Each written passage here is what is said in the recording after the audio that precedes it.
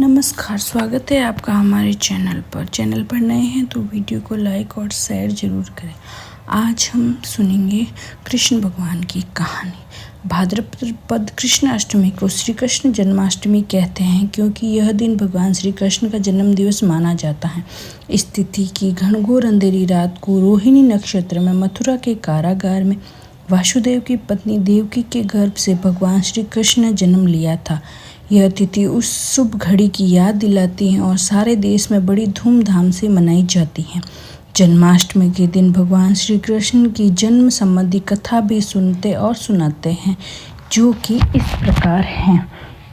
द्वापर युग में भोजवंशी राजा उग्रसेन मथुरा में राज्य करता था। उसके आतताई पुत्र कंस ने उसे गद्दी से उतार दिया। वह स्वयं मथुरा का राजा बन बैठा। कंस की एक बहन देवकी थी, जिसका विवाह वासुदेव नामक युद्धवंशी सरदार से हुआ था।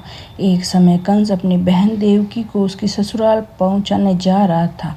रास्ते में आकाशवाणी हुई, हे कंस, जिस देवकी को तू बड़े प्रेम से ले जा रहा, उसी में तेरा काल बसता है। इसी के गर्भ से उत्पन्न आठवां वध करेगा। यह सुनकर कंस वासुदेव को मारने के लिए आगे बढ़ा। तब देवकी ने उसे विनयपूर्वक कहा, मेरे गर्भ में जो संतान होगी उसे मैं तुम्हारे सामने ला दूंगी।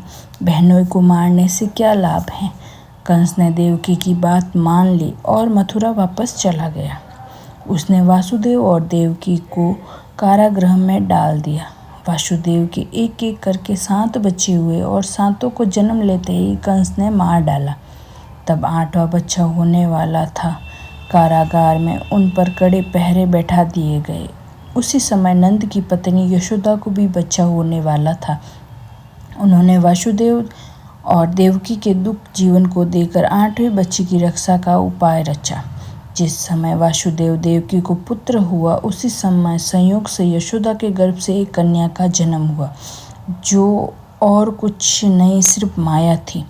जिस कोठरी में देवकी वासुदेव कैद थे, उसमें अचानक प्रकाश हुआ और उसके सामने शंख, चक्र, गदा पद धारण किए चतुर्भुज भगवान प्रकट हुए। दोनों भगवान के चरणों में गिर पड़े। तब भगवान ने उनसे कहा, मैं अब पुनः नवजात शिशु का रूप धारण कर लेता हूँ। तुम मुझे इसी समय अपने मित्र नंद जी के घर वृंदावन में भेज आओ और उनके यहाँ जो कन्या जन्मी है उसको अपने साथ लेकर उसे लाकर कंस के हवाले कर दो। इस समय वातावरण अनुकूल नहीं है, फिर भी तुम चिंता न करो। जागते हुए पहरेदार सो जाएंगे। कारागृह के फाटक अपने आप खुल जाएंगे और उफनती अथाह यमुना तुमको पार जाने का मार्ग दे देगी। उसी समय वासुदेव नवजात शिशु रूप श्री कृष्ण को सूप में रखकर कारागृह से निकल गए और अथाह यमुना को पार कर नंद जी के घर पहुँचे। वहाँ उन्होंने नवजात शिशु को यशोदा के साथ सुला दिया और कन्या को लेकर मथुरा आ गए।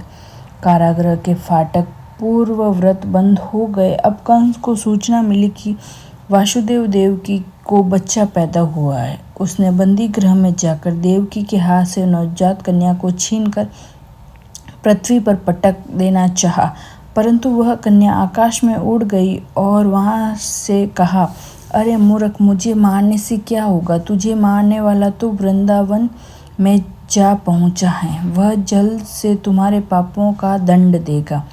इस प्रकार श्री कृष्ण की कथा समाप्त होती है। धन्यवाद।